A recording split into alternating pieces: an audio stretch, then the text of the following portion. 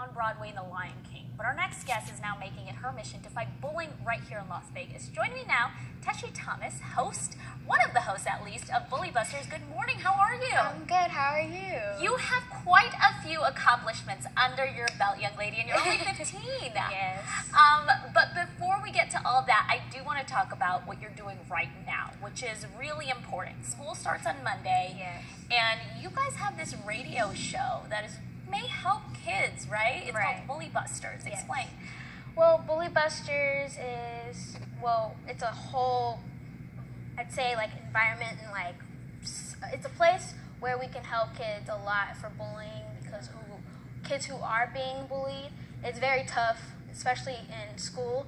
I'm a part of an online school, NVVA, which is Nevada Virtual Academy, and I had to transfer to being virtual because I was being bullied. Wow.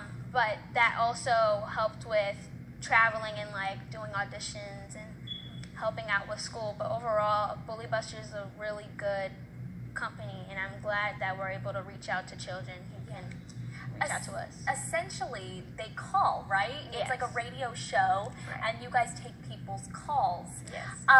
What is the biggest advice you can give kids? There's so much bullying happening online and on social media. Exactly. I'd say what I could say is to most importantly reach out to somebody.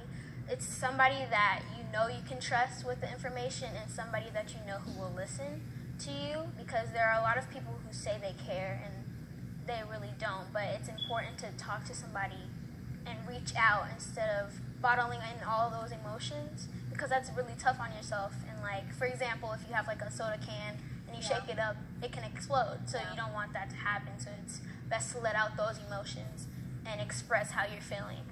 And one way you express yourself is through your acting. Like Yes. we said, you performed in Broadway, New York City, The Lion King. You were telling me you played young Nala. Yes. That's really exciting. Very exciting. I was there for like a year and a half, and it just changed my mind on acting so much, especially since I stage performing. I started performing when I was like 7 on stage. So like it was great to take it to the big stage and like, so many people, and it seemed like there were like little ants in the audience. But it was really amazing to be a part of Such a good show. And you've done a lot of shows after that. You had a show on Lifetime, right? Yes, As well?